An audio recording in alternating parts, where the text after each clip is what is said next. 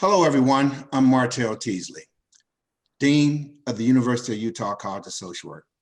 It is my pleasure to welcome you all today to the college's Grand Challenges for Social Work Speaker Series. Today's event is titled Smart Decarceration, the role of prosecutorial discretion in driving mass imprisonment. For those unfamiliar with the ideal of the Grand Challenges for Social Work, they are a call to action for our researchers and our practitioners in several ways. One, to harness social work's science and knowledge base. Secondly, to collaborate with individuals, community-based organizations, and professionals from all fields and disciplines. And finally, to work together to tackle some of our toughest social problems. As those of you joining us understand, mass incarceration is one of the most pressing social challenges facing our nation today. It is fitting we take a look at this issue as part of our Grand Challenge series. My thanks to our Utah Criminal Justice Center Executive Director, Dr. Emily Salisbury, and her staff for coordinating this event. We are incredibly pleased to have nationally respected voices lead this conversation. And I am honored to introduce our guests and serve as a moderator for our session today. Our 90-minute event will proceed as follows. We will hear from our esteemed keynote speaker, Professor John Pfaff. I will introduce our distinguished panelists who will share some of their thoughts on the issue at hand. And we will take your questions. So let's get started. Dr. Pfaff is a professor of law at Fordham University, where he teaches criminal law, sentencing law, and law and economics. Before coming to Fordham, he was the John M. Olin Fellow at the Northwestern University School of Law and clerk for Judge Stephen F. Williams on the U.S. Court of Appeals for the D.C. Circuit. Professor Prof researches focus primarily on empirical matters related to criminal justice, especially criminal sentencing. He has paid particular attention to trying to understand the causes of unprecedented 40-year boom in U.S. incarceration rates. His recent work, including his acclaimed book, Locked In, has illustrated the previous unappreciated role that prosecutorial discretion has played in driving up prison population. Professor Prof is also interested in ways to incorporate evidence-based practice into judicial review of scientific and empirical evidence. For his work on this issue, he received a two-year grant from the John Templeton Foundation and the University of Chicago RT Initiative for the study of his wisdom. Welcome, Professor Pfaff. I think I've butchered your name several times there. Could you please give it to us correctly for the audience? It's quite all right. Everyone struggles with our last name. We just go with Pfaff, but it's a tongue twister. So thank you for that introduction, and thanks to all of you for coming today.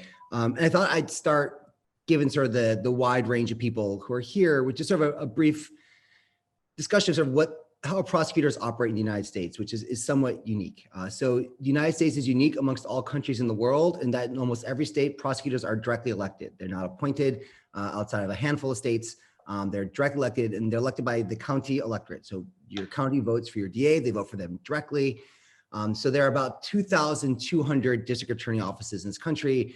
And by and large, there are 2,200 independent district attorney offices in this country. It's very hard for anyone to tell a DA what to do within their jurisdiction.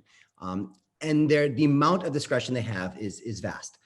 If nothing else, they are free to decline to charge for any reason at all, right? So you could murder someone in front of the Pope, and the Pope could be ready to testify that he saw the murder happen. If the DA declines to press charges, with a few exceptions here and there, we're a mishmash of things in this country. There's not much you can do. Those charges will be dropped.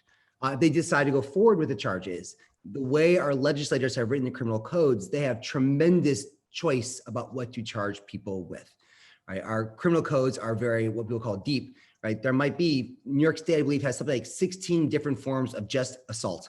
And the DA often can choose 4 or 5 of them that fit the facts of the case to charge what they want to charge, to try to push the case in the direction they want to push the case, which gives them tremendous discretion to be severe. It gives them tremendous discretion to be lenient, right? Based on either not charging or charging lower versus charging higher. And by and large, that discretion is almost completely and totally unreviewable. You cannot take it to the courts to complain they gave you the wrong charge. You can't take it to the courts to complain they didn't charge. You can't take it to the courts to complain they did charge, right? Which puts them at a uniquely powerful position in our system. To be clear, they're not the only ones with this discretion. All those same rules apply to the police. They can choose not to arrest you, and that's completely unreviewable. They too have discretion as well. So it's not that prosecutors are unique in having it, but they have a tremendous amount.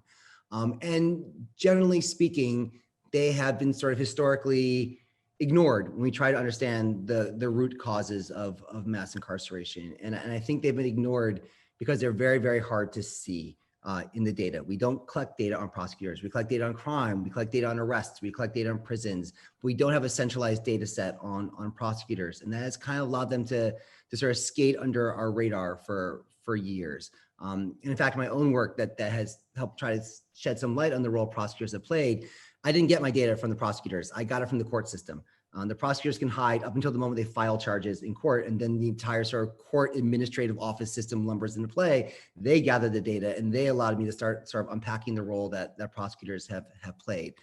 And what I've found is that at least in the 90s and 2000s, when I have data, which is a very interesting period in time because that's a period of rapidly falling crime, but rising prison populations. The single biggest factor pushing up prison populations over the 90s and 2000s were the prosecutors.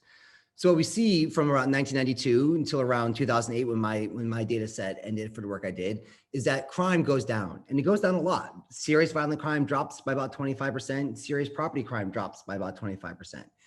And during that time, arrests drop as well, almost lockstep with crime. So arrests for serious violence drop by about 25%. Arrests for serious property crime drop by about 25%.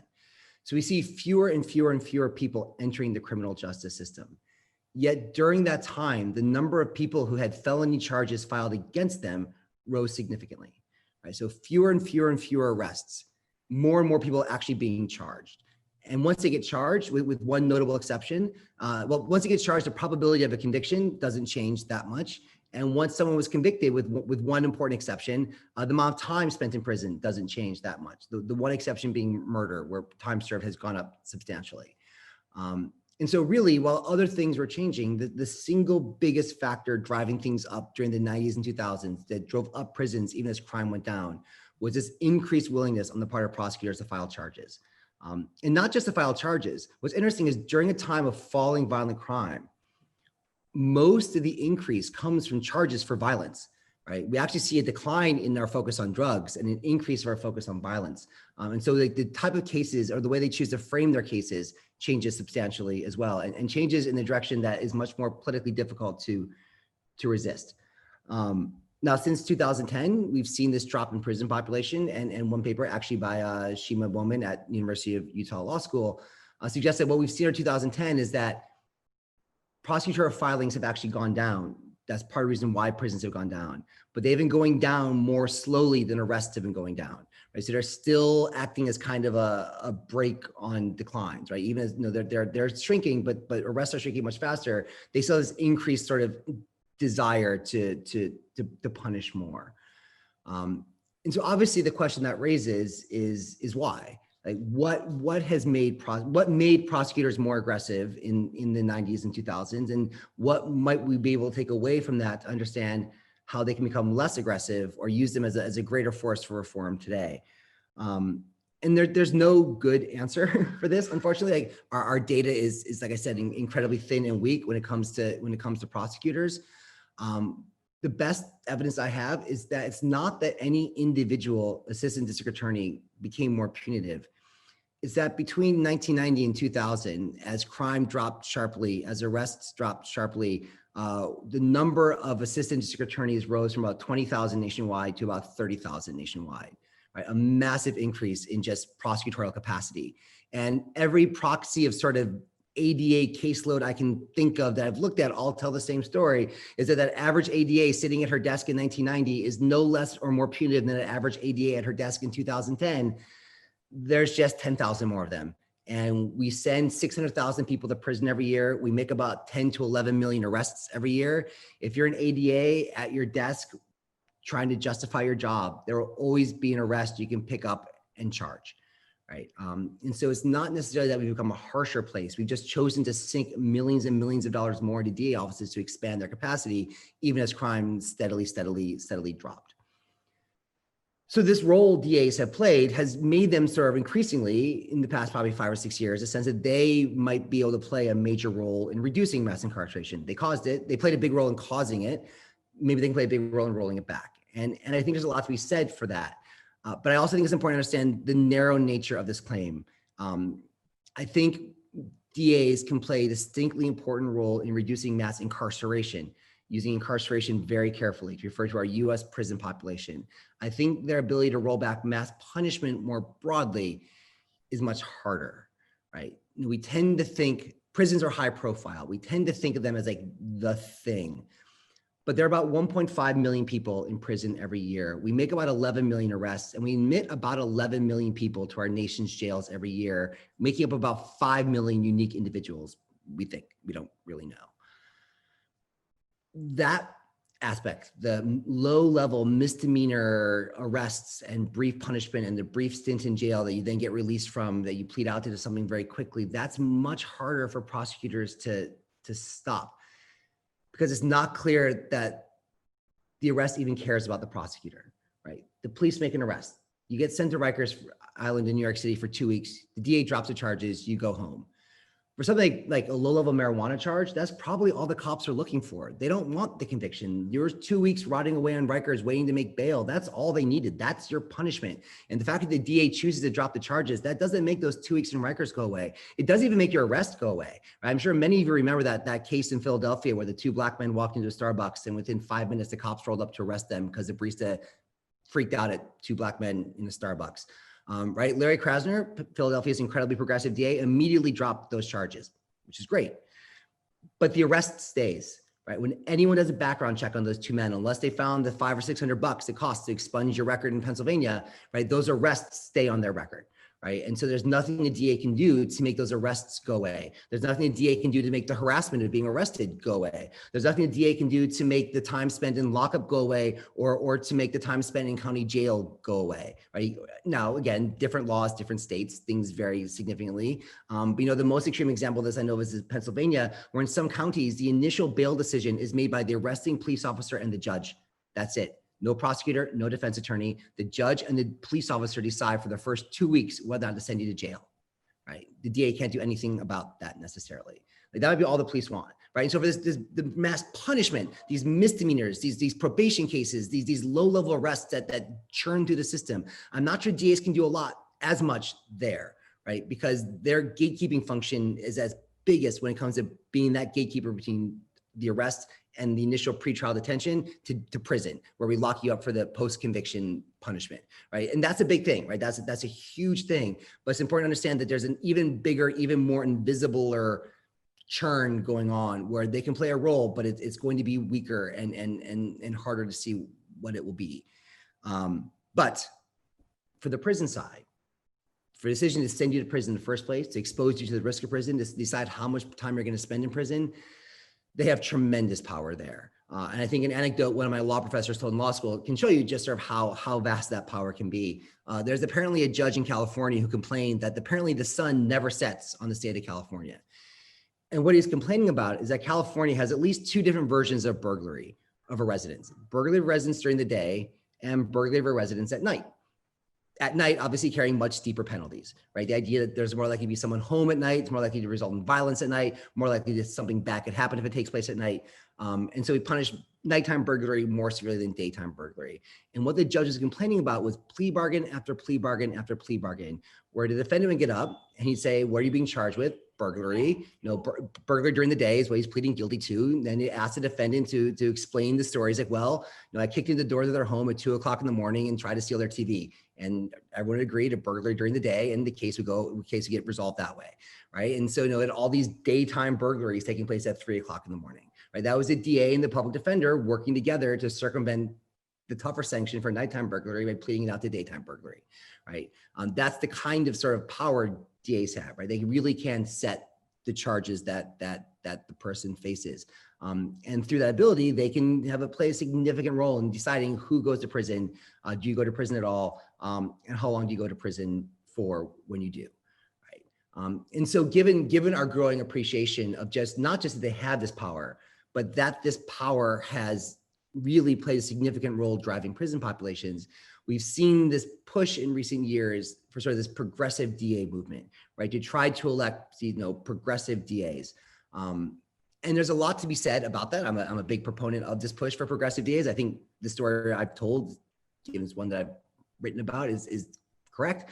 But I think there's sort of two important features of this progressive effort to sort of rely on progressive prosecutors to reduce mass incarceration that need to sort of get more attention than they get, right? So the first one is that the term progressive DA, as widely as it's used, I increasingly think doesn't really have any meaning at all. I don't know. If you ask me what a progressive DA, if someone says I'm a progressive DA and then I was asked to explain to you what they believed, I don't think I could answer that question anymore. It means a lot of different things. And some of the things it means will reduce prisons, and some of the things it means won't reduce prisons. And it increasingly runs the risk, I think, these days that can almost be used by non-progressive DAs who just sort of buy into it, right? I'm convinced you could train, you could take a whole bunch of campaign speeches and train an AI to sound like a progressive prosecutor in about 15 minutes, right? It'll talk about doing justice. It'll say it wants to be smart on crime. It'll advocate bail reform without telling you what bail reform means, and saying we want to save our prisons for those who need it, not those who scare us, without saying what that means either. And at that point, you've got your progressive stump speech, and we have no idea what any of those things mean, right? And so, if you sort of want to think about sort of like what's a taxonomy of progressive DAs, right? From sort of use a term, but least progressive to really what does it mean to be a radically changing district attorney, right? The lowest level DA, progressive DAs are the ones who sort of say, I'm opposed to marijuana laws. Great. Personally, I think marijuana should be as legal as alcohol as well, regulated like alcohol, treated like alcohol. That's my own personal view. But here's the catch. 1% of the US prison population is in prison for marijuana. And almost all of those are trafficking. And most of those trafficking cases are probably like boatloads of marijuana. And I mean literally like shipping containers of marijuana, right? It's very hard to end up in a state prison on a marijuana charge. And for all of our talk about the role of drugs and arrests, only 5% of our arrests nationally annually are for marijuana, possession or trafficking, right? Again, 5% of 10 million is, 500,000 people per year. That's millions of people over the past 20 or 30 years that now have criminal convictions on their record for marijuana. I don't want to demean what that means, but if you were to stop making marijuana arrests, our arrest numbers fall from 10 million to 9,500,000, right? Our prison population falls from 1.5 million to 1.5 million. You wouldn't even notice it. It's beyond the decimal. Right. And so it's good. I personally believe we should do it, but you're not going to change the system, right? Even if you move to like the war on drugs more broadly, right? And there's almost no one who advocates legalizing heroin and cocaine and crack and PCP. But if you're to move even there, right? Drugs make up 15% of arrests and about 15% of the prison population, right? If we were to free every single person in prison on a drug charge, we go from having the world's highest incarceration rate all the way to the world's highest incarceration rate. Right? It would not even knock us out of the #1 spot, right? Again, 15% of 1.5 million is about 180,000 people, right? That's a real number of people who are in prison right now, and their lives would be immeasurably improved. And I don't want to, again, say that for those almost 200,000 people that whatever, right? That's a huge change for them. But again, if you're trying to fundamentally change the system to say, well, I'm against criminalizing drugs or I'm against the war on drugs, great, but that's not going to do much. And in fact, to give you a sense of, again, DA power, it would do less than that, right? When we say 15% of our prison population is in for drugs, that's actually an overstatement, because there's going to be lots of cases, we don't know how many, but there's a lot, where you get arrested for domestic violence. And while doing the arrest, the officers find heroin on you. Now the DA faces this person charged with aggravated assault and a heroin case, but domestic violence cases are tough to prosecute, right? The partner doesn't want to come forward. The partner is actually aggressively saying she'll undermine your efforts to do the case. She does not want her partner to go to prison, does not want that conviction. She just wants the cops to come to make the abuse stop at that moment. And so maybe instead of going after the aggravated assault charge, you simply make them plead guilty to the heroin, which they're going to lose on no matter what. But as part of the heroin deal, they have to take some prison time because of the violence, right? But so they show up in our data as a non-violent drug offender because you drop the violence charge, and so it doesn't show up in the conviction data. It doesn't show up in our prison data. They are one of these low-level non-violent drug offenders that make up our prison population, but they're not low-level non-violent. They're actually violent, but charged just with drugs. And so if you stop criminalizing drugs, we're going to discharge them with the assault, right? And so some of those people actually won't go away because we're going to change what they charge them with, right? But it also shows you the power of the DA, right? They can turn a violent case into a non-violent case, which means less prison time, fewer post-conviction collateral consequences. You might be able to apply for more jobs. Your record isn't quite as, you're not locked out of so many jobs you might otherwise be locked out of. The fines and fees that get attached to your conviction might be less. And the DA controls that by choosing to drop that violence rather than go forward with it, right? But again, to the DAs who say, I'm progressive because I don't want to go after drugs, good. It's a public health issue, not a criminal justice issue to me, but the impact is going to be far less than people think, right? Maybe it means that plus bail reform, better, but bail reform is one of those words that has no meaning, right? Does bail reform mean basically get rid of cash bail altogether? Does bail reform mean I'm just going to ask for less cash bail for people, right? What that term can encompass a whole range of things, from a radical effort to sort of avoid bail altogether, right? To, well, instead of asking this poor person to post $1,000 in bail, I'm going to ask for $50 in bail, but that might as well be $1 billion in bail because they're still not going to be able to pay it. Right. And I don't know what someone means when they say they favor bail reform. It is one of those terms that can mean anything, but it's better, right? It's you shift from drugs to bail reform. That means you're starting to think about trying to minimize people's overall contact with the criminal justice system as an entirety. And that's better, right? Sometimes it might just mean shifting contact, right? Some people might say, I'm in favor of bail reform plus electronic monitoring. Is that an improvement? Is that progressive? Maybe, right? If I had to choose between Rikers and a bracelet, I choose the bracelet, right? But maybe the ankle bracelet means we actually end up tracking and monitoring more people because it's so much cheaper, and we actually expand the actual total footprint of the criminal justice system. The total number of people who fall within its control is just cheaper and more invisible because it's an ankle bracelet that feels less invasive, but actually is profoundly invasive instead of sending them to Rikers or the Salt Lake City County lockup, right? All of these things are an improvement over the status quo. All of them fall within this term progressive prosecutor. None of them radically reimagine what it is we're trying to do. And our system is so extreme at this point that anything short of a radical reimagining is going to keep us in a place that remains baffling to the rest of the developed world, right? A level of punishment that just no other country sees. Right, some people do like to argue when I point out that we're the most punitive country in the world, that the data that shows that we are the most punitive does not have data on North Korea and Iran, which to me, if your argument is, well, we don't know about North Korea and Iran, I think I've made my point, right? If we're third to North Korea and Iran, we're first. And to get out of that first spot requires radical reimagining, right? So what kind of things do the DA have to do to change things radically? And to be clear, everything I'm going to suggest now is going to get orders of magnitude harder, right? Politically, right? And I think it's very important to realize that we are where we are, not because of policy, but because of politics, right? Mass incarceration is at the end an ideological thing. The systems in place, the policies, the laws, the official structures that we have today are not really all that much different than what we had in the 1960s and 1950s when prison populations were 1/7 what they are today, right? We have chosen to use these systems in a much more punitive way when before with the same systems we didn't. It's a choice, it's a political choice, and radical change requires a political shift. And so what I'm going to propose is to add, are things that are going to be very hard to do because they require a different politics, right? And if anything, I think the most important role progressive DAs can play is changing that politics more than the policy, right? So what puts in the more radical category, right? Things like, say, taking entire categories of offenses off the table, right? Like Rachel Rollins in Boston listed 15 offenses that her office, as a matter of course, will not prosecute absent extenuating circumstances, right? And it's not just drug cases, though it's that. It's things like breaking and entering a construction site when no other damage is done, right? It's certain kinds of low-level thefts that reflect much more poverty and desperation rather than actual like theft,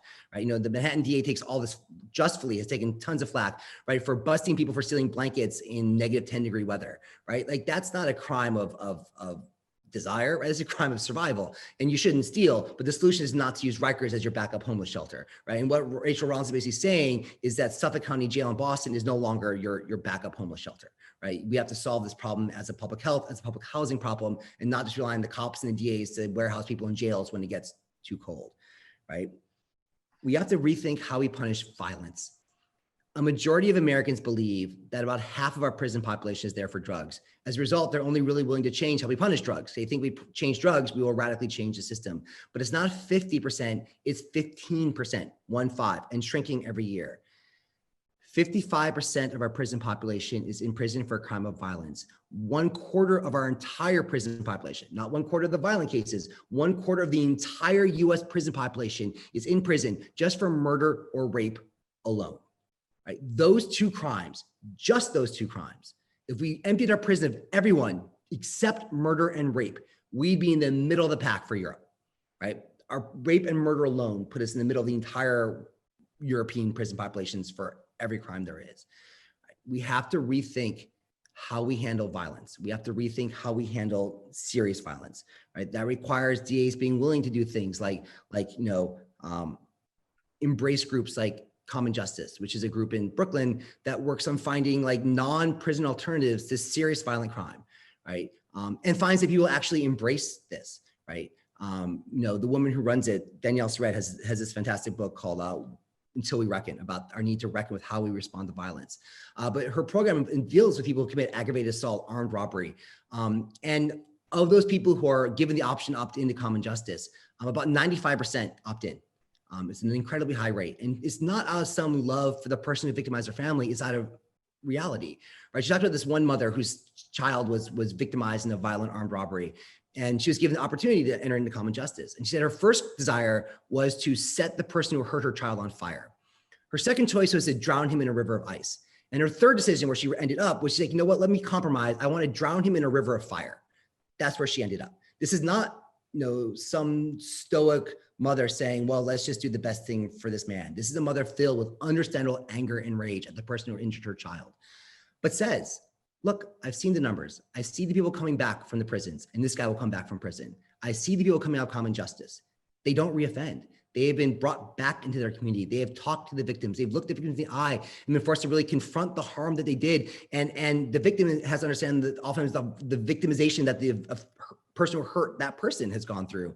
And the solutions end up being just better, right? But it's a risky process, right? If one of those cases you could have sent to prison goes on and commits another crime, the politics of that are terrible, right? It's a fraught position for the DAs to be in, right?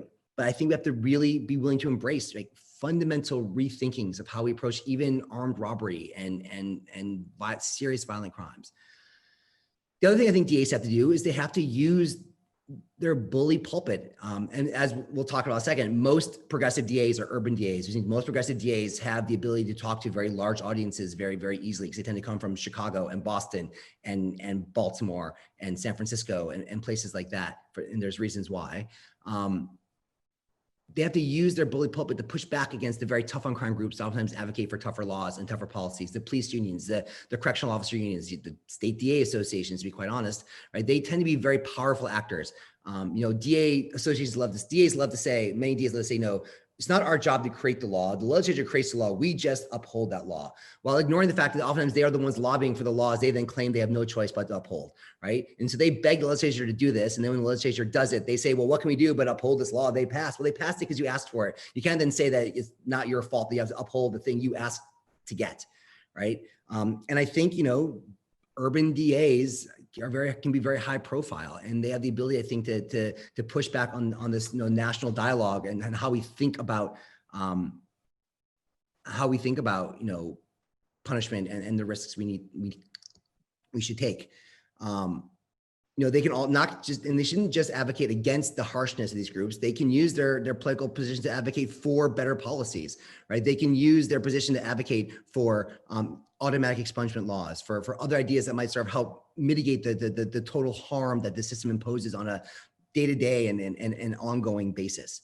And so, progressive DAs, it's a very expansive term. There is a category of progressive DA. I like to think of them as sort of the decarcerative, depunitive DA, right? That is going to take these bold, daring steps, but it's asking a lot because it's asking us to expose them to serious political risk.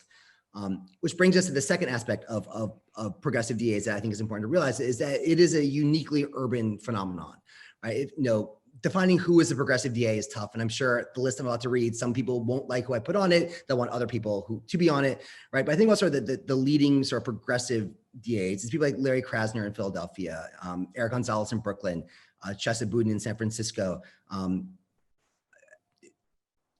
Tiffany Caban came within 300 votes of winning in Queens and probably might actually have won in Queens. And that's a very painful issue I won't go into in two depths here when the court threw out 1,000 ballots in an election decided by 300 votes. Mosby in Baltimore, Gardner in St. Louis. What ties all those people together is that they are in counties that have no suburbs, right? It's purely an urban vote. Even some of the other ones, Rachel Rollins in Boston, or no, I don't want to put him on the spot because he might not want to have to sell attachment, but I think of Mike Schmidt in Portland as a progressive DA. And both Boston and Portland, like Boston makes up 75% of Suffolk County is the city of Boston. 75% of Multnomah County is Portland, right? These are cities that have suburbs, but they're not big suburbs, right? The city is most of the electorate.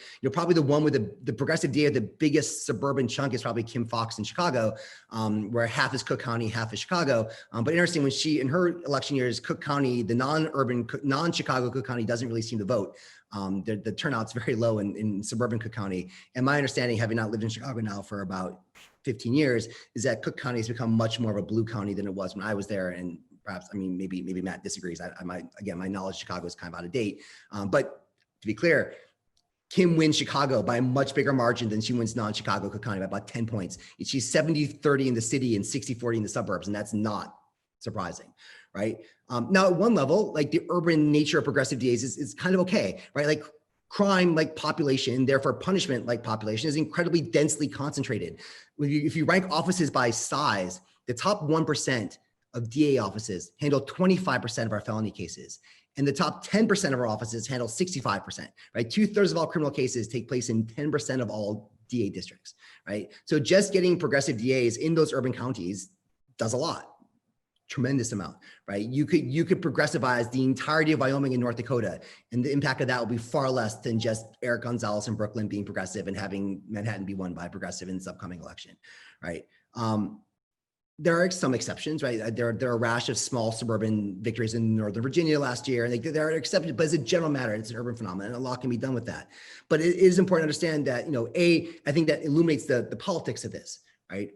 Urban voters are more willing to elect progressive DAs because urban voters are much more aware of the trade-offs that come with tough on crime policies, right? They want crime to go down. But unlike suburbanites, they see what happens when you do it in a heavy-handed way, right? Suburbanites see crime go down, and that means when they drive into the city for work or for a show on Friday night, everything feels nice and safe, and they go back to the suburbs, and that whatever is going on to make it safe doesn't affect them, right? Voters in the city, they want enforcement, they want crime down, they are the ones being victimized. But it's also their brother, their uncle, their son, their father, their nephew, their cousin, who's the one who's needlessly stopped and thrown against a cop car and humiliated, the one who's beaten up by the cops, the one who's shot by the cops, the one who spends time in Rikers he shouldn't have spent in Rikers, who spends time in Austin when he shouldn't spend any time in Austin at all, right? They are the ones who experience those harms as well. And I think that makes them a more politically sophisticated electorate that's more willing to accept the risks that more progressive policies might bring with them. Right. And so again, it illuminates just how political all this is. And that progressive DAs tend to be urban DAs reflects the fact that urban politics are just different than suburban politics and rural politics. I think there's a way to bring progressive ideas to rural America. There's actually a fascinating article in the Marshall Project a couple of years ago about how public defense has become a big issue in red America, which you think it wouldn't be. And it's actually because of the Second Amendment. All sorts of people getting rung up on low-level BS felony drug cases suddenly can't keep their guns anymore. because now their gun makes them a felon in possession. And if they just had a better lawyer, that felony opioid case would have been a misdemeanor opioid case, might have been a dropped opioid case, and they still have their shotgun to go, well, rifle to go hunting with. I really revealed myself there saying shotgun to go hunting, but that there was a way to frame indigent defense in a way that spoke to very, very conservative red voters because they tied it to guns. I think there's a way to speak to red voters that makes them understand what, you'd have to use a term other than progressive, right? But what sort of a non-punitive DA can do, right? Sort of the small government liberty approach. There's a way to frame it. I'm not that person.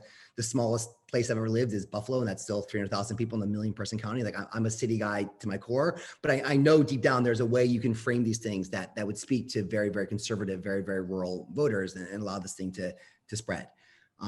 So I don't want to talk much more than that. It's already been about 35 minutes. And I want to make sure I have time for discussions. But I think the key takeaways here is to understand that DAs play a huge role, but to understand also at the same time that for them to play a huge role in decarceration is going to require them to do things that are incredibly hard, right?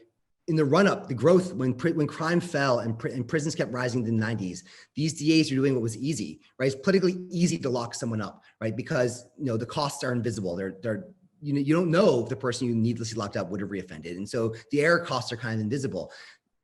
Now to undo it, we have to ask them to do the hard thing, right? And understand just how difficult those politics are. It's the politics of violence and the politics of seriously rethinking just the overall scope of things. And it's possible, and we're seeing it in urban areas. But as things stand, that's also a limit on where it can go. So I will stop there, and thank you everyone for listening to me. Professor Pfaff, thank you for your comments. They're very enlightening and very plain so that we can all understand them. I do see one question. I'll hold that and we'll introduce our other speakers and get some advice from them, and then we'll answer questions. I'd like for each of the speakers to take about 5 minutes apiece. I'll introduce all first. First, Ronald D. Simpson Bay is a national leader in the movement to decarcerate America and currently works as the Director of Outreach and Alumni Engagement for Just Leadership USA. He's also a 215 leader with Conviction Fellows with JLUSA, that was the organization I just named, and committed to cutting the national prison population by half in 2030.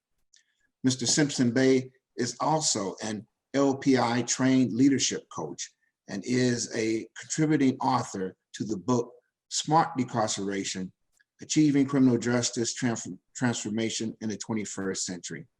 He serves as the Vice President for the ABA Criminal Justice Section Victims Committee, as a board member for both the National Legal Aid and Defenders Association and the Michigan Council on Crime and Delinquency, and a steering team member of the Michigan Collaborative to End Mass Incarceration. Mr. Simpson is also an engaged, thoughtful, and creative leader, founding member of the enrichment program rooted in transformation, redemption, and self-accountability. We also have Mike Smith with us, who is the newly elected district attorney for Monoma County in Portland, Oregon. He previously served as the executive director of the Oregon Criminal Justice Commission since 2015. In this role, he oversees a $90 million budget and spearheaded community-based efforts to reform Oregon's approach to criminal justice. Mr. Smith moved to Oregon after teaching in public high school in New Orleans. As a teacher, he observed the school to prison pipeline firsthand. His students were victims of crime, witnesses to crime, children of incarcerated parents, and sometimes defendants themselves. In 2013, Mr. Smith worked for the state legislature as counsel to the House and Senate Judiciary Committee. After the legislative session, he was hired by the Criminal Justice Commission to implement the new Justice Reinvestment Program statewide. Justice Reinvestment is a program that gets to the root causes of crime.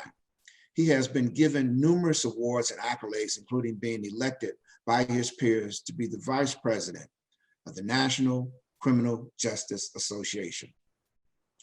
Matt Epperson is PhD and MSW as an associate professor at the University of Chicago School of Social Service Administration, where he also serves as director of the SMART Decarceration Project, which is part of the Grand Challenges. His research centers on developing, implementing, and evaluating interventions to reduce racial and behavioral health disparities in the criminal justice system. Dr. Epperson's primary area of focus includes addressing risk factors for criminal justice involvement among persons with mental illness, examining prosecutorial-led diversion programs, as well as advancing evidence-based approaches to effectiveness and sustainable decarceration. His scholarship and teaching aims to build the capacity of the social work profession to address these challenges and opportunities for criminal justice transformation.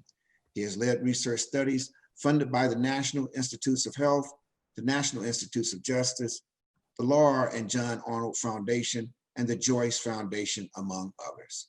He is co-leader of the Promote Smart Decarceration Network through the Grand Challenges initiatives, as I talked about. Gentlemen, let's first begin with Mr. Simpson-Bay, and then we'll follow with Mr. Smith and then Dr. Epperson. Thank you, Dr. Teasley. Thank you for the introduction. And thank you, everybody, for sharing this space with me. I give honors and thanks to the organizations for creating this opportunity to have this conversation. As the doctor stated, I am Ronald Simpson-Bay, the Director of Outreach and Alumni Engagement for Just Leadership USA, which is a national criminal justice reform organization committed to cutting the national prison population in half by 2030. Because we believe that those closest to the problem are closest to the solutions, we seek to reach our goal by educating, elevating, and empowering the people and communities most impacted by systemic racism to drive, to amplify, and to sustain the kinds of policy reform that builds thriving and sustainable and healthy communities. What brings me to this work? I have, I guess it's to be part of this conversation. I am so excited because I am a directly impacted person. In 1985, I was sentenced to 50 years in prison in Michigan, which turned out to be a wrongful conviction. After 27 years, in the year 2012, the federal courts overturned my conviction on the grounds of prosecutorial misconduct. So I have a vested interest in this conversation, and I love to be part of it. And my history with my interaction with the prosecution didn't end there. On 2001, on Father's Day in 2001, I was sitting in prison after about 16 years, waiting on my 4 children to visit, my 21-year-old son and my 3 daughters. And because I talked to them that morning, they said they were coming to visit. However, they never showed up. And what happened was my son was shot and killed by a 14-year-old juvenile in the streets of Flint, Michigan, while I was waiting for them to visit on Father's Day. And as a result of that, I decided I didn't want the child to be charged as an adult, because in Michigan, they would give him life without parole if he was convicted. And I saw no useful purpose in having a child, a 14-year-old child, serve the rest of his life in adult prison because of the worst decision he had made in his 14-year life. He was much of a victim of the environment as many of us other were who sat in prison. So I advocated for the child to be treated as a juvenile, not as an adult. And I had to fight the prosecutor for that because I wasn't recognized as a traditional victim. I was Black, I was poor, and I was in prison. So they didn't recognize me as being a victim or even having a voice. So after a campaign of pushing the court and a media campaign, they finally agreed to my demands to treat this child as a juvenile. He ended up serving 7 years and was released at 21 years of age. He's 29 or 30 now. I mean, he's not running for president or anything, but he hasn't had any other run-ins with the law, and he's living a productive life.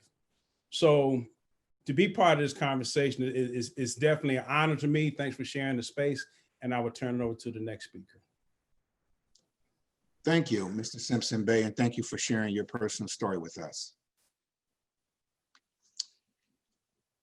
Mr. Smith? Yes, thank you. Thank you, Dr. Teasley, for the introduction, and it's an honor to be here and join you all from Portland, Oregon, an anarchist jurisdiction, as you can see in the window behind me, where people are obeying traffic laws and other things. It's great to be here and tell you a little bit about myself and answer some questions and have a great conversation. This is the second time I've been on a panel with Professor Pfaff, and even though I am a prosecutor, I always get some insight and learn some things. And I think he did a great job of laying out the complexity. Like Dr. Teasley said in my biography, my role before coming to be the elected district attorney of Multnomah County was running the state's sentencing commission. And in that role, we looked at data and we looked at how prosecutors used their discretion in prison to the extent that we could. But it's extremely hard to figure that out. And so exactly what Dr. Pfaff described is what we had to do. We use proxy data systems. We use court data. We use arrest data. We use incarceration data. But we didn't have prosecutorial data. But still, with those things, you can start to map things out and see how discretion is used. And so a big part of my job was trying to lead our state towards using less incarceration. And we focused on property crimes. We focused on drug crimes. We did not really attach the violent crime use. And after 6 years of doing that work, of incentivizing prosecutors and counties with grants to use less incarceration, we did bend the curve in terms of the amount of incarceration we were using. We were on an upward trajectory and had been since the mid-90s. But we really pretty much flattened it. It went down only slightly there towards the end, but we did not make a 10%, 20%, any kind of major impact. We really just kind of flattened it out. And I think that's exactly goes to a lot of what Dr. Pfaff is saying. If we are really serious about ending mass incarceration, we're going to have to do the hard work and make tough decisions about how we treat violent crime in our country and here locally. So that is a continuing challenge. And so I'll tell you a little bit from my first days in office. I've now been the DA for almost 3 months. So not too long in the tooth in the job. But I came on line on August 1st in the middle of over 100 days now of continuous protests in our community. And I think I started on about day 70 of the protests. And facing me on that day were 550 cases that had been referred to my office from police officers stemming from activities that happened in the protest. The vast majority of those cases had no allegations of any kind of damage or violence. They were crimes, mainly the predominant one was what we call here in Oregon, interference with a peace officer, or essentially not following orders of a police officer. Some disorderly conduct charges in there as well, also does not require any evidence of violence. And then of course, there were some violent crimes. We had some arsons, we had some property damage, graffiti and such. And so right out of the gate, I made the decision. I ran as a progressive DA who said that I would use the resources of this office to be smart, to focus on public safety. And I announced a policy 10 days in saying that people who were being charged essentially for not following the orders of police officers, when I looked at their criminal histories and who they were students, they're law students, they're, you know, famously, we had a wall of moms here in Portland. These were not people that you would consider to be criminals. They didn't have criminal histories. They were people who were out protesting the criminal justice system and what they view as too long of having an inequitable system. And I said, there's no public safety benefit to prosecuting those people, to giving them convictions, to putting convictions on their records and impacting their future students and employment ability. There's no public safety advantage to do that. And in fact, it will just cost us a lot of resources. And so I made a policy that said we would presumptively decline to prosecute cases unless there was some indicia of actual damage or violence. And that would seem to be very consistent with what I ran on. But again, like Professor Pfaff laid out for us, it's been amazing to me, the experience of how that was received in the community. And then of course we got wrapped up into some national politics. But just making that move, which you would think would not be a controversial one, really has proved to be a big kind of talking point for a lot of people who think that we should be using the criminal justice system. Even people who voted for me will come up to me on the street and say, Mike, I supported you, but you really got to do something about those rioters. And when I try to explain to them the difference between it, it's a challenge. It's a political challenge. So if we're going to talk about decarceration and violent crime, I can tell you just from my experiences in the first 3 months, it's going to be a tough conversation. We are, even people who voted for me and wanted the progressive prosecutor, and I was overwhelmingly elected with almost 77% of the vote. When you start actually putting it into practice and not using the criminal justice system, the rubber meets the road, and then people have to really see if they can get comfortable with that. And there's a lot of vested interests that are not interested in changing things, and it's very easy to use that in the public sphere. So that's my opening salvo, and look forward to the conversation and the questions. Thank you for those words. Dr. Epperson. Thank you, Dr. Teasley, and thanks to everyone on the panel, and to Professor Pfaff for that presentation. To echo everyone's words, this is a critically important issue, the role of prosecutors in the broader system, their role in an overly punitive system, and their potential role in changing that system. I want to focus my comments mostly on some of the research I've been doing in the last few years, which is on prosecutor-led diversion programs. And I was drawn to those, from seeing some examples in places like Cook County, St. Louis City, Milwaukee County, and now I'm doing some work with the city of Minneapolis. I was intrigued by these because, having worked as a social worker in the system, I sort of had a monolithic view of prosecutors, which was that they charged as many charges as they could, as serious as they could, to try to get a conviction. And what intrigued me about these diversion programs, which there's a range of features in them, but essentially what they have in common is that the prosecutor's office either chooses to defer or to pause the prosecution process in lieu of some other process. And for less serious charges, for some misdemeanor charges, like for example the misdemeanor deferred prosecution program in Cook County, it essentially requires a person going to 2 assessments, just assessments to get a sense of what their any particular treatment needs they might have, and to essentially not be arrested in the next 3 months. And if they meet those requirements, then the case is dismissed.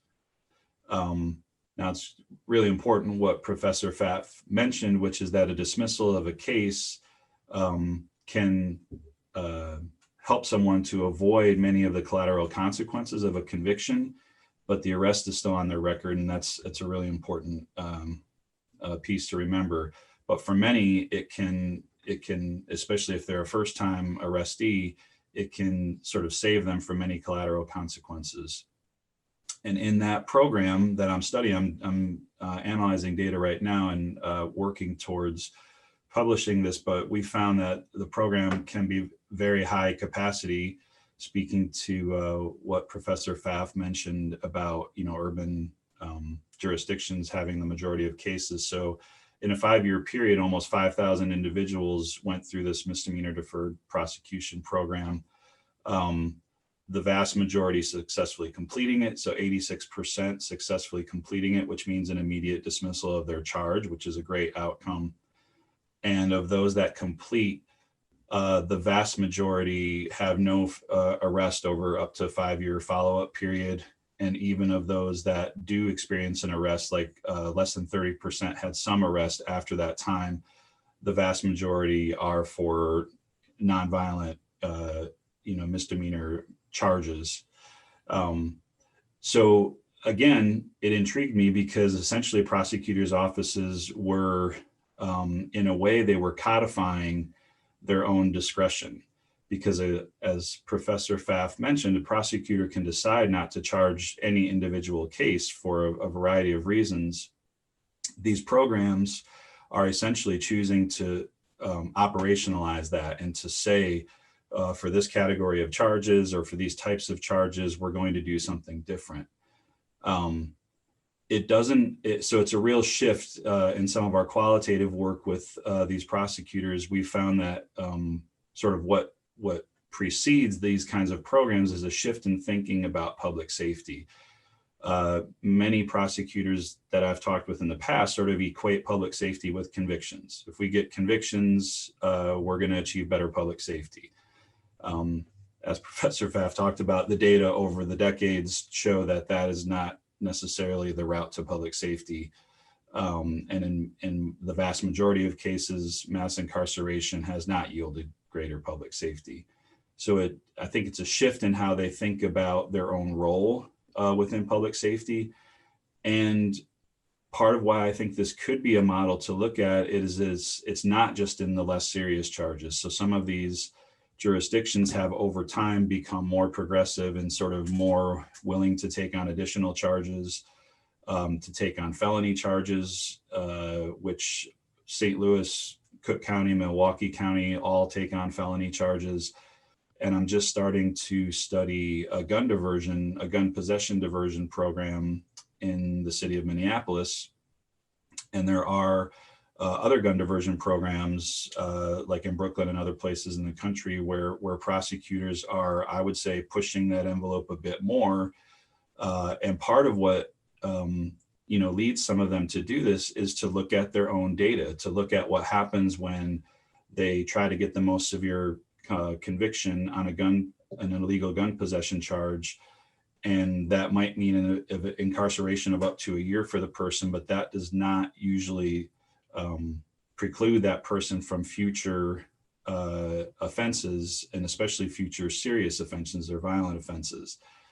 And so I think what I've seen for some of these prosecutors is they're really taking account that we actually are not just not helping the issue, but we're actually contributing to part of the problem by an overly punitive approach.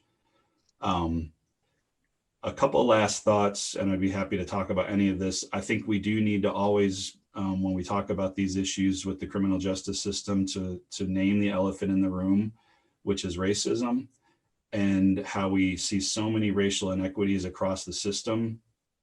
And it would be naive to think that the prosecutor's role is not a part of that. And so I think as we think about moving towards racial justice, what can prosecutors do? I think one large piece of that is about accountability, which, as several folks have already said, it can be difficult for prosecutors to be held accountable because the data can be held so close. Some jurisdictions, including where I live in Cook County, Kim Fox is releasing data and other folks are releasing data. But the types of data are really important. Like for my studies, I don't just look at who is in the diversion programs, but who is considered for them and on what grounds they're accepted into a diversion or not. And do we see racially disparate outcomes there? Who gets access, how they move through. And so I think it needs to be a front and center question. And the last two things I'll just say is, as a reminder, we're so used to, I think we can be so used to things in the US that we assume it's this way elsewhere, but we are one of the only countries that elects our prosecutors. And so there can be challenges with that, but there are also real opportunities. So any of us should be very aware of what the prosecutors in the jurisdictions that we live do and what their platform is and how we support or don't their policies. And I need to also mention that to Ronald's point, I think the importance of narrative is really critical here. And if prosecutors could actually use their discretion to better understand the various parties involved as human and worth dignity and worthy of respect, and understanding the contexts that drive many people's behaviors, then they're probably more likely to utilize their discretion in positive ways. And I think that's part of how we begin to reimagine a better system. Thank you, Dr. Epperson. We will now move to a question and answer session. I see 3 questions there. I first want to see if I can share my screen with you all. Can you see the diagram there? Yes. So my first question is to Professor Pfaff. You talked about the reduction in crime between 1990 and 2000, but more felony convictions. I had the pleasure or displeasure of working as a nurse in a prison in Henrico, Virginia in the late 1990s when I was in doctoral education. And one of the things I discovered there was the amount of people not convicted that were in jail that ended up losing their jobs. And some of them served copious amounts of times in prison prior to even getting a hearing. And I wanted to get some comments on that and how that impacts people and possibly what could be done with that, about that.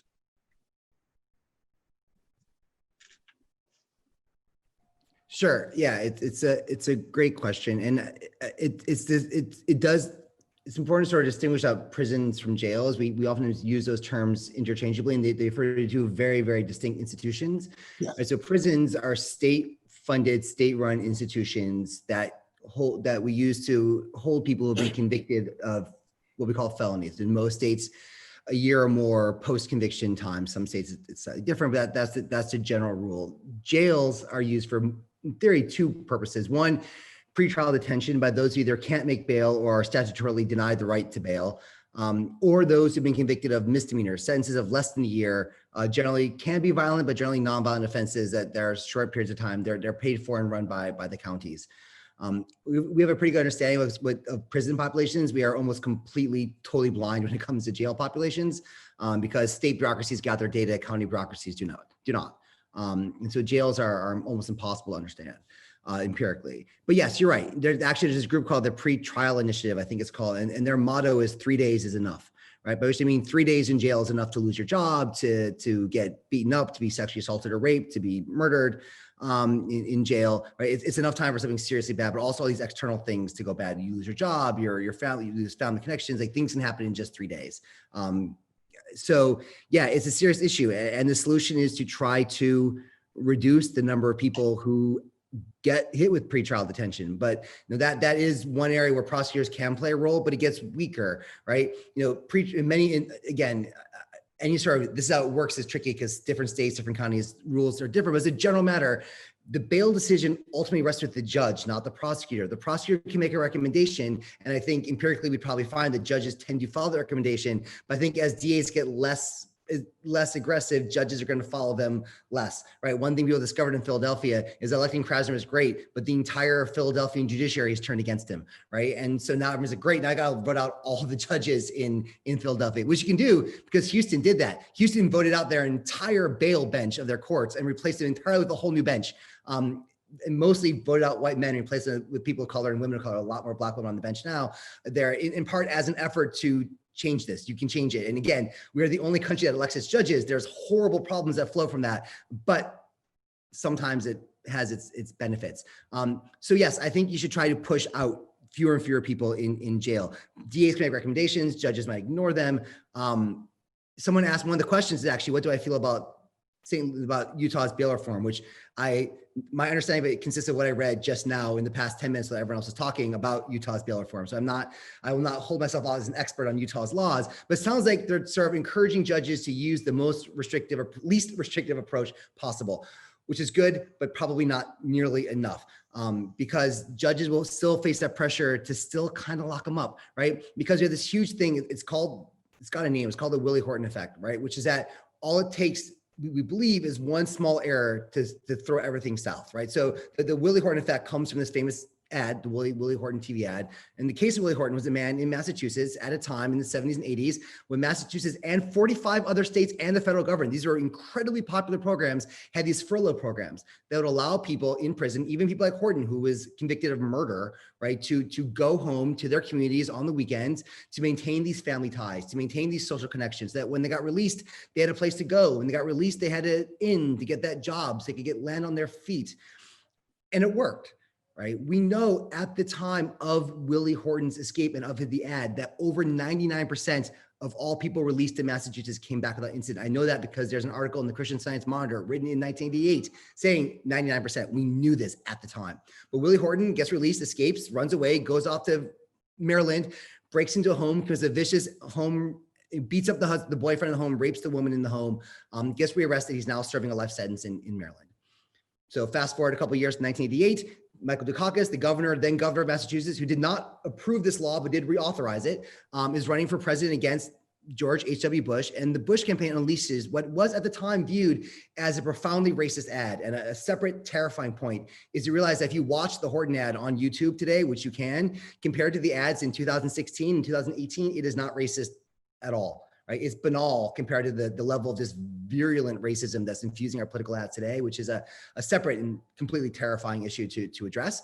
But the ad was sort of, basically tied Willy Horton's crime to Michael Dukakis. And it was viewed as like playing a role in this campaign. It didn't actually, Dukakis, the political scientists think that the actual ad did not did not actually impact the election all that much, but it became this metaphor. If you make a mistake, one bad case, you're screwed, right? Now you can make a bad mistake in the other direction. You lock someone up much longer than they should be, right? But to show that, you got to turn to me, right? And I'll run some big regression. And I'll show you on table 17, right, that, risk group A should not be in prison for more than 1 year. And we're keeping risk group A in prison for 4 years. And so obviously risk group A is being massively over incarcerated. Now I can't tell you who in risk group A might reoffend, but you're really being mean to risk group A. And that's smart on crime side. And I'm going up against the grieving widow, right? Table 17 should beat the grieving widow. Table 17 will never beat the grieving widow, right? And so the politics here are completely asymmetric. And so telling judges, you ought to use the least restrictive means leaves them vulnerable to being afraid. I guess someone I think in the chat just said Utah doesn't elect its judges. But it's going to lead those who appoint the judges to be afraid of this, right? That electoral accountability will still play a role. In New York, our reforms denied the option for bail in categories across the board, right? Just carte blanche, you cannot impose cash bail in these situations because you just don't trust discretion in those points. But to show you how hard these reforms are, we spent years fighting for these bail reform laws. We get these bail reform laws. And then with a Democratic Senate, a Democratic House, and a Democratic governor, in the midst at the peak of COVID, when New York City was nothing more than just the sound of ambulances racing to hospitals, the governor said that if we did not reverse this bail reform law, he would shut down the entire state and close off the entire public health system at the peak of the COVID outbreak in New York City, right? That's how disliked these reforms are, that in a blue state with a nominally bluish governor and a fairly blue legislature, they were still able to gut these reforms by taking COVID hostage. And so, yes, we should get fewer people in jail, but I think it's going to require both categorical bans, right? Not trusting judges to do the least thing they think they should do, but simply denying them that option altogether, and be ready to fight hard for it because the opposition is going to be powerful. Basically the New York Post became sort of dedicated to nothing more than killing bail reform, and they pulled it off. Our former lauded police chiefs like Bratton, like that, were openly lying on Twitter about things to kill the bail reform. They would tie every jaywalk to murder to bail reform law, even based on people who've been released before the reforms. And in fact, it was a vicious, underhanded campaign, and it worked. It was profoundly successful. And I guarantee you, every police department and DA association in the country is going to learn from what happened in New York. So if it happened in New York State, imagine what's going to happen in a pinker, purpler, redder state. Right. So yes, we should do this. I think what we need are much more categorical bans and the preparation and the willingness and the readiness to know that you are going to face an incredibly vicious fight during and after to preserve those reforms. Thank you. We have at least 90 people with us as participants. I just see a couple of questions here, so please chime in, audience. My next question is from Anna Cousins, and I'll direct it to Mr. Smith as a attorney. And Dr. Pfaff can chime in if he would like. And the question is, what is your advice to law students and undergraduate students who are interested in becoming prosecutors when it comes to the issue of mass incarceration? Yeah. It's a great question. You know, I talk to law students frequently and undergrad students frequently. You know, I guess my path was maybe a little non-traditional. I think a lot of people I talked to, they knew they wanted to be a prosecutor. They knew they wanted to be a public defender. I wanted to be an environmental lawyer. I wanted to canoe and sue polluters and backpack and hike around mountains. Turns out that's not what environmental law is about. And it's really boring. So then I kind of fell into criminal law really because of my background as a teacher in New Orleans, and seeing the impact there got me interested in seeing if I could be a change in the system. So I think to undergrads who are interested in thinking about this, I would say go get some experience, get out there and get a job. For me, it was becoming a teacher for a couple of years. But that had a profound impact on actually getting some firsthand experience and seeing how some of these things played out. And then later on led to me wanting to pursue a career in criminal law and to where I am now. So my best advice that I always say to undergrads, get a couple of years underneath your belt before you go to straight to law school. Try to do something that you're interested in and then see where it takes you. Thank you. Would others like to comment there? Yeah, I mean, I would add my experience as students looking to this is that it's important to look at the office you want to go to. And I think some people have this hope, and it's a noble hope. And it's, I think, a deeply, unfortunately, misguided hope that they can go to a non-progressive office and somehow, by getting on the ground floor, try to change the office. And actually, Paul Butler, a professor at Georgetown, became a U.S. attorney on that ground. So here's a man who grew up and served, I think Chicago, and he saw the impact of the drug war in his own community, and he's a Black man himself, and thought, I'm going to go in and change this office. And he said there's this one day about 3 years in where he found himself calling the young Black man on the stand a thug. He's like, I've literally turned into the very thing I never wanted to be. Like, the office changed him, and so he quit. Like, he had enough self-awareness to see the change in, and he quit. I think, you need, if you want to try to make, if you want to be a progressive ADA, assistant district attorney, you have to work for a progressive. That is too much to ask a first-year law student trying to first-year graduate trying to work their way through a career to think that you can change the office. And I think you have to really think about who these DAs are and investigate it, and not take them at their word. Right? They're going to tell you they're progressive and they're not progressive. And you should talk to public defenders about what is it like. You talk to a public defender in New York City, they will tell you the difference between the 5 DAs in New York City, and 4 of them call themselves progressive. One, Staten Island, doesn't even see the need to say that, right? But they've very much fallen a continuum of progressiveness, right? From very progressive to very, very not progressive. And they all call themselves progressive. And so, I think you need to really talk to people who go against them. And I think they'll give you an honest answer. But you should go to an office that matches your views and not think that as a first-year student, you're going to be able to change it. You're not. And it's unfortunate, but I think the office will end up changing you far more than you can change it. Thank you.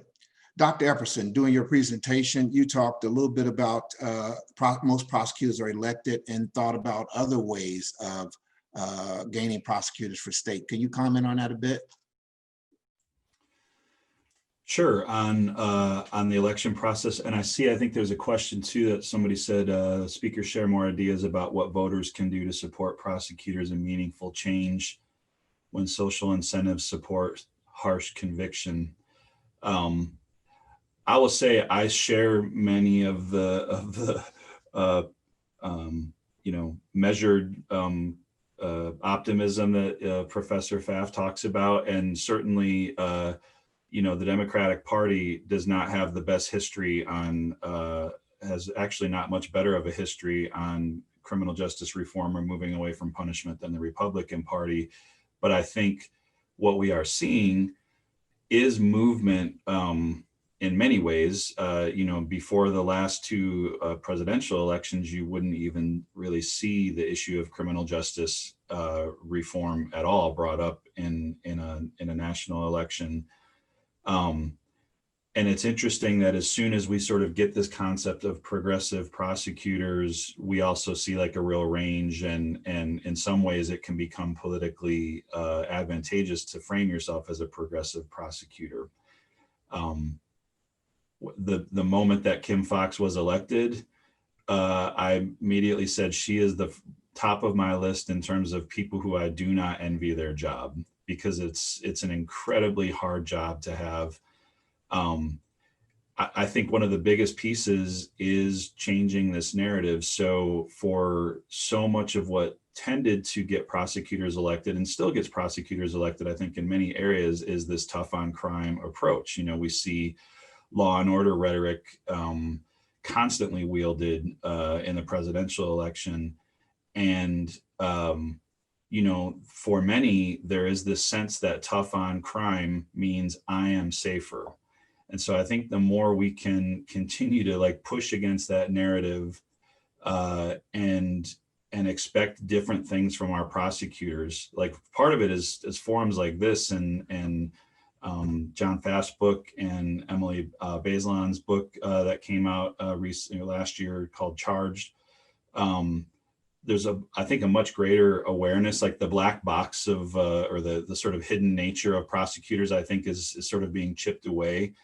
And so to really pay attention to what they are recognizing, what they're aiming to do, and what folks have said is right, is that often prosecutors may be sort of progressive in their area, but they may be one of the only ones in their state, especially if they're in an urban setting.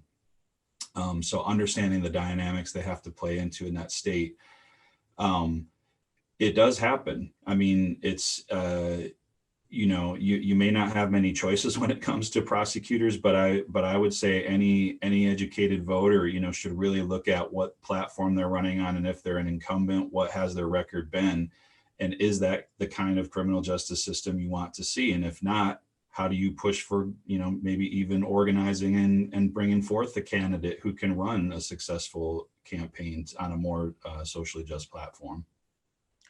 Thank you. Did Mr. Smith, did you have something?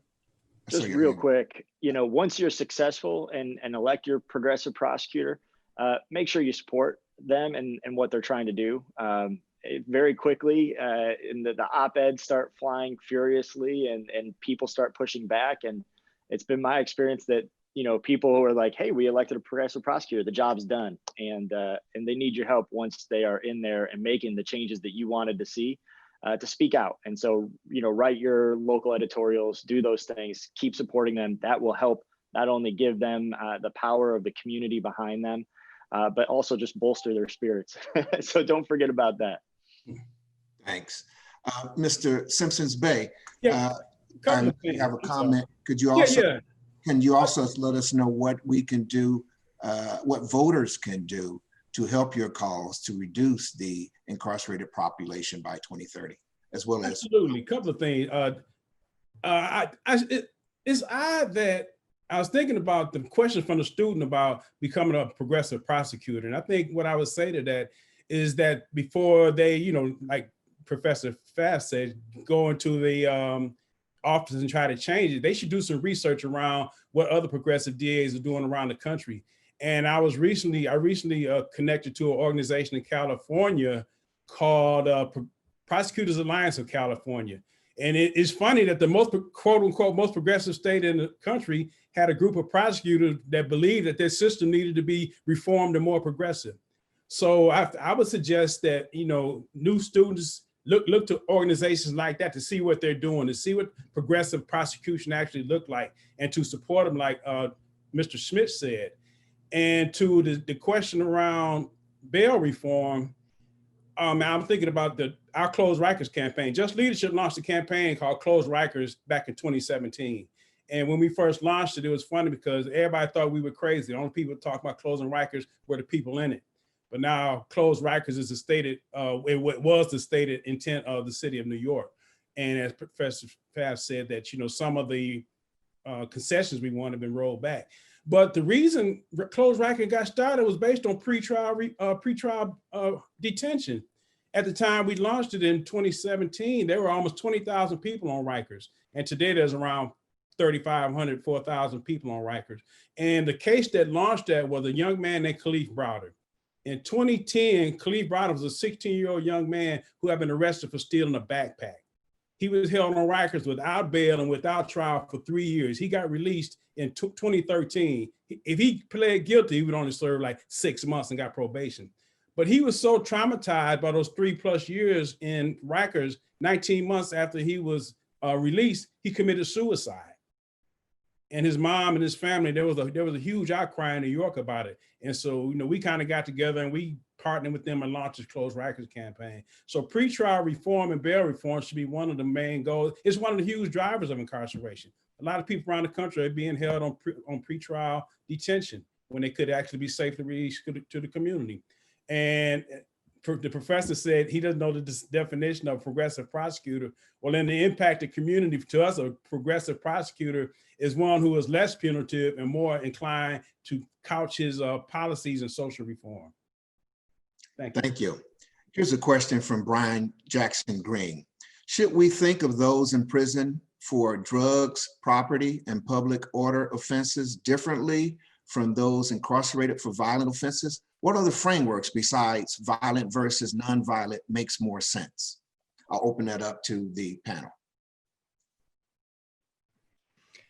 I mean, I guess I'll jump in. I guess one thing is to realize that, first of all, what you are classified, like I mentioned before, what you're classified in prison for versus the actual behavior that got you in prison might be very different things, right? Also, even if you're being convicted of the thing you really were arrested for, there's a lot of randomness there, right? You might be arrested for a violent crime one day, it might have been a drug crime the day before, right?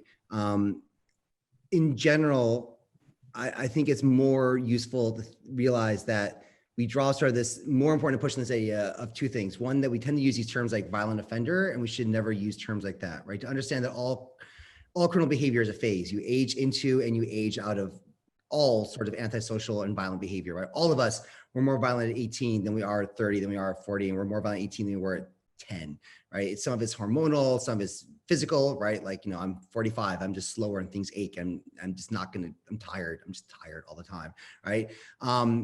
Some of it is like social, like marriage and stable relationships and employment are great ways to not engage in other kinds of problematic behavior. And I think that things like early incarceration in prison derail those things. Like we make our own job harder. And to realize also, we tend to draw this very artificial line between victim and offender, right? And there's a great saying, basically, hurt people, right? That most of the people who are themselves convicted of crimes of violence themselves have been the victims of crimes of violence. It's that traumatic experience that gives them sort of the impulse control problems that lead to violence later on, right? And sort of trying to just line, there are the good people over here and the bad people over there, right? I know, like Mr. Simpson Bay said, though, he wasn't viewed as an appropriate victim when his son was awfully murdered because he himself had his prior record, and that put him in the criminal category, right? And as a criminal, he couldn't also be a victim, and that's crazy, right? But we tend to draw these very distinct lines. I think it's much more important to understand that, crime is part of a broader set of institutions and problems and breakdowns, and this sort of figure out which criminals are the appropriate ones to look at, which criminals are the ones that are not. Just framing it that way is problematic, and we should try to sort of move back to sort of addressing sort of the broader humanity and what we understand about human behavior, but that helps understand how to best respond to the situation these people find themselves in. Thank you. There's a direct question for Mike Smid from Sophia Saran. She says, would you be willing to advocate for reduction in funding to the DA's office and for those funds to go to existing/building community-based services? It's decisions like these that will truly reshape our social arrangements. It's a good question. That's a tough one for me in this position. And I think it's county by county and looking at the resources you have. Right now, what I will be doing is undertaking a review of my office and how we're handling what levels of cases. And we're going to look at not handling certain types of cases in the traditional fashion. One of the problems with the defunding prosecution part, and I agree with Professor Pfaff in that, there had been a big ramp up in the number of prosecutors that led to these things. But the less and less prosecutors I have to do a lot of the work, the easier and easier it is to just churn out plea deals and over the incentives to overcharge and then plea cases out to get them off your caseload. Caseloads will obviously go way up. The prosecutors that I'd like to see, that I'd like my office to be doing, is to work with the community, work with program providers, things of that nature, to fashion more thoughtful resolutions to cases, while at the same time decriminalizing or looking at not charging entire classes of cases like other DAs across the country have done. like Kim Fox and others that have been mentioned, Rachel Rollins. So it's kind of both. I think particular to my community, our office resources are such that we're one of the lower per prosecutor per capita in the country. So I think, you know, you kind of have to look community by community and see what the resources are. But in general, you know, I'm a big fan of, you know, repurposing prison resources, jail resources. We're engaged in pretrial conversations to use to hold less people. We can free up resources there. So I look, for me in my office, I'd look at the entire criminal justice system and see where we can transfer resources we're using and put them into other places. But in particular, in my office, that would be a hard one for me to advocate for at this moment. Low numbers per capita in prosecution. That doesn't sound like a place where anarchy is taking place. Hey, Martel, could I jump in on this real quick? Go ahead.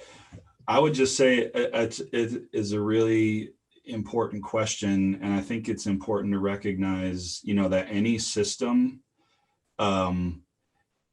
you're swimming against the tide to move towards a shrinking of that system. Systems are, you know, they are sort of naturally inclined to grow and to develop. And, you know, as Professor Pfaff talked about the extreme growth in the numbers of prosecutors, which went largely unquestioned or probably unnoticed by most in the society. It's a much different story to talk about reducing that.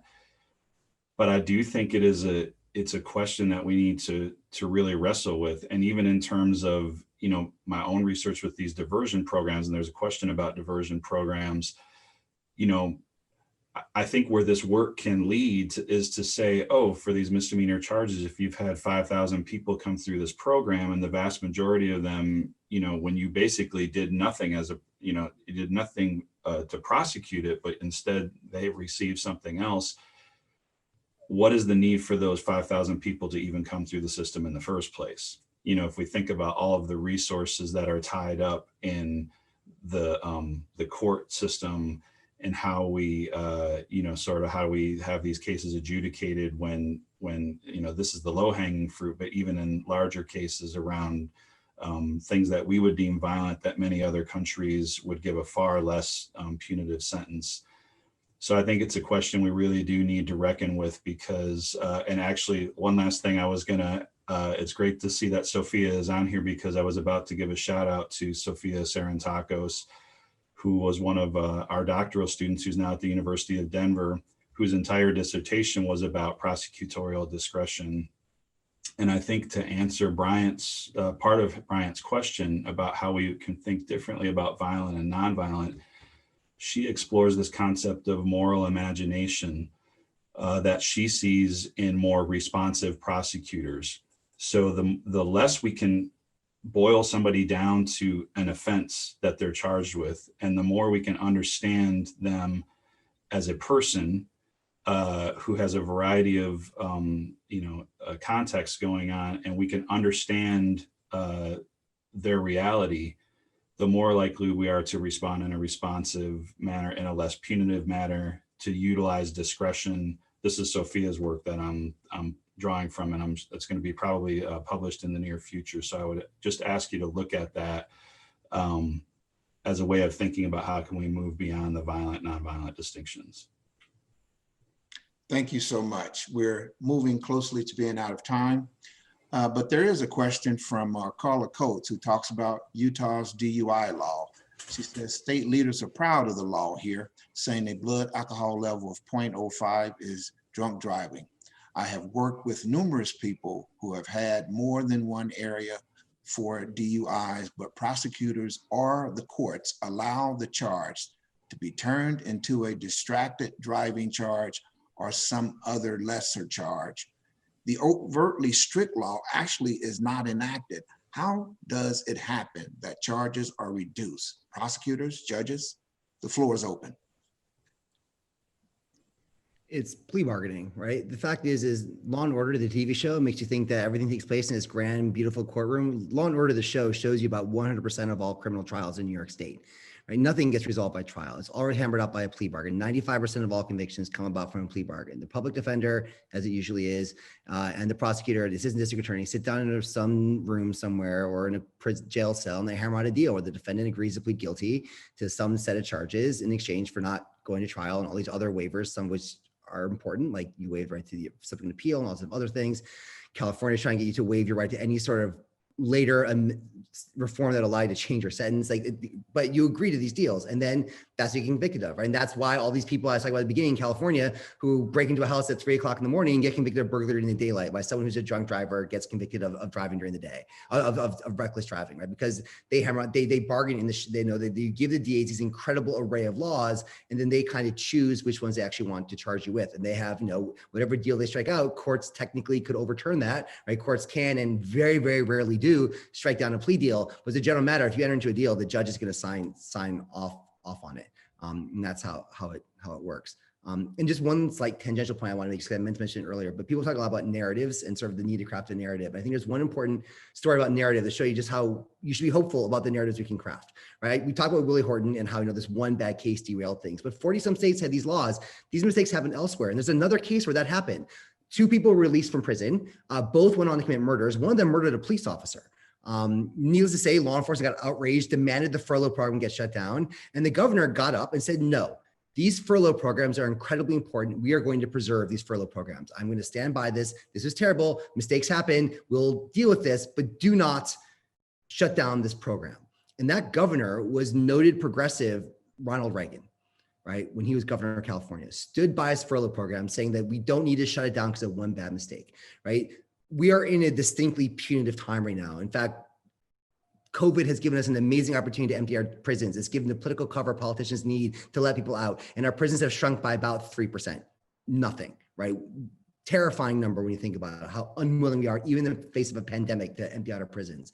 But we haven't always been here, right? Even Reagan, as governor of California, was more progressive than Cuomo as governor currently of New York, right? Which says a lot about our current moment, but also is a positive statement that where we are might feel like where we are, but it moves, it shifts, and we should be hopeful that we can shift this narrative. We've shifted it before in bad directions. We can shift it in good directions and not lose hope in that front. Thank you. We have about just a couple of minutes left, and maybe I can squeeze in a follow-up question to that, which someone asked, what about plea bargaining? Is there another way? Which is Nola Salisbury says, do you think the plea bargaining process is problematic? And if so, what can prosecutors do to improve it? I mean, if no one else is going to jump in, obviously I will never pass up a chance to talk. I don't know, if we had another good 2-3 hours, I think we'd start working our way through this. It's a profoundly difficult question. What we see, there are a lot of European countries that don't have plea bargaining, but actually they kind of do, right? They do it in just a different seller kind of way. And we've seen states abolish plea bargaining, and somehow they still have plea bargaining. Like it's been a very durable aspect of things. And so getting rid of it is hard. At the same time, I think if nothing else, like we also have no rules for plea bargaining. There's no oversight of plea bargaining. There's no review of plea bargaining, right? The Supreme Court showed the level of pressure they're allowed to take. This famous case, Bordenkircher v. Hayes, can never remember which one is who, but one of them, either Bordenkircher or Hayes, wrote a bad check. And the Kentucky DA gave him a choice of either plead guilty to 3 years or go to trial and face life. And he rolled the dice on life and got life. And the Supreme Court said there's nothing coercive about offering 3 years and threatening you with life if you don't take the deal, right? So the courts made it very clear they will never police plea bargaining as things stand today, and the other courts are generally unwilling to do that too. So I think there's ways you could make plea bargaining better and more humane and more just and less threatening, less coercive. And those ways are complicated and involve all branches of government. But I don't think you ever get rid of it. I think it's even countries that don't have it have it. Real briefly, Simpson, you can speak to that real briefly, Dr. Teasley. Yeah. Yeah, just a couple examples about different ways to handle plea bargaining. In 2016, Seattle prosecuting attorney Dan Satterberg introduced changing standards designed to ensure that the punishment for an offense is proportionate to the offense itself, taking into account criminal history and commensurate with the punishment imposed on others who have committed similar offenses. The standards caution prosecutors against filing every case that can be filed and against overcharging just to obtain a guilty plea. And in 2018, Larry Krasner from Philadelphia instructed his prosecutors to make plea offers below the bottom end of Pennsylvania's sentencing guideline for most crimes. And he also said when sentencing guidelines call for a sentence of 2 years or less, he instructed his prosecutors to seek probation and other alternatives to incarceration or house arrest. So even though it may be hard to get rid of plea bargaining, there are ways to modify it so it's more just and humane. Thank you. With that, we're out of time. And I know there were other questions. This has been recorded, so maybe others can see this at another time. I want to thank Professor Pfaff, Ronald D. Simpson-Bay, Attorney Mike Smith, and Professor Matt Epperson for your time and your comments today. They were well worth it, and I'm sure the audience would love to give you a big applause. In closing, I want to thank all involved, to our highly respected guests for their time today, to Dr. Emily Salisbury and her UCJC team for putting this on. As I always say, she hit the ground running when she came here to the U. To all of you for joining us, and to those who will continue to support our emergency student fund through programs such as this. I also want to acknowledge our deep appreciation to the many indigenous people of Utah. We respect the sovereignty relationships between tribes, states, and the federal government, and we affirm the University of Utah's commitment to a partnership with Native and Native Americans communities throughout in terms of research, education, and community outreach activities. The College of Social Work is committed to this speaker series as part of our effort to address the grand challenges for social work, which are truly grand for our community. We hope you've enjoyed us in this spring, we hope you will join us in the spring for our next 2 presentations. Details will be available later for that. Please visit the college's events page for information on all of our events. That is socialwork.utah.edu/events/. Good afternoon to all, and stay safe, and please vote. Thank you. Thank you, everyone. Thank you. Thank you. Thank you, everyone.